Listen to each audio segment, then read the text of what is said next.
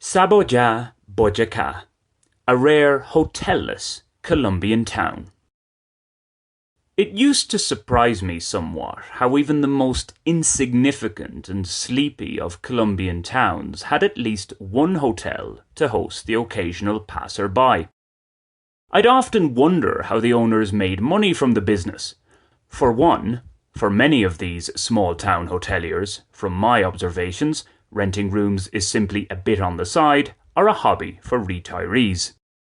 If they're lucky, a couple or so times a year, they get the chance to cash in during festivals and holiday high seasons.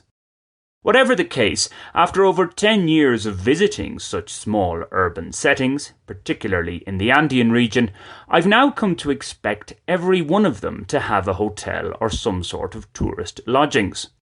So, rocking up to the Boyacá town of Saboyá and discovering it is inless was quite the shock.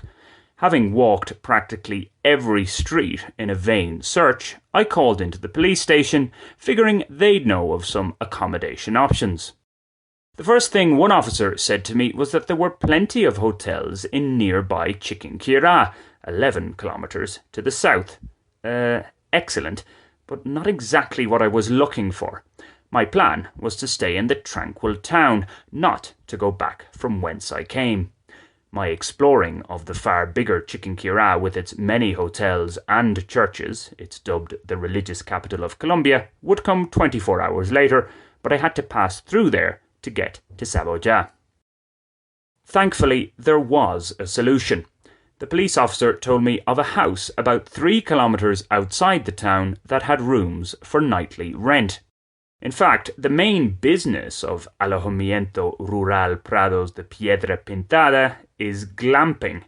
A couple can hire a dome for a mere 275,000 pesos per night, breakfast, and 3 hours of jacuzzi use included. It was, as much as it might surprise the regular reader, a tad outside my budget for this particular mini-escape from Bogotá. I settled for a spacious ensuite room for 35,000 pesos, about 10,000 pesos more than I'm used to paying on such trips. For one night, I felt it was worth it. It had, after all, the hallmarks of being a very quiet, peaceful night's sleep in the countryside, a chief reason I'd left Bogotá in the first instance. That was until a number of mosquitoes at various intervals came buzzing around my ear, thus ensuring broken sleep.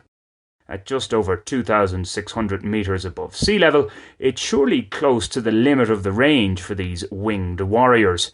Close, but unfortunately not quite outside their combat zone.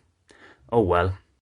The hotel room I had in Chiquinquirá the following night was free of such pests. It was also, unfortunately, free of any natural light brightening up its 4 walls. Trade-offs, eh? Back to Saboyá, while it might be hotel-less, it's not without its friendly folk.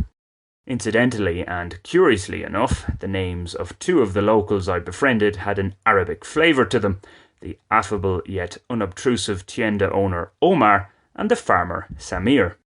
Omar, on hearing my surprise at the dearth of accommodation in the town, is now thinking about making a few rooms available at his establishment for peso-pinching peripatetics like me. So he said anyway, although not quite in those words. Thus, I'll have to return in a few months to see if he has come good on that idea.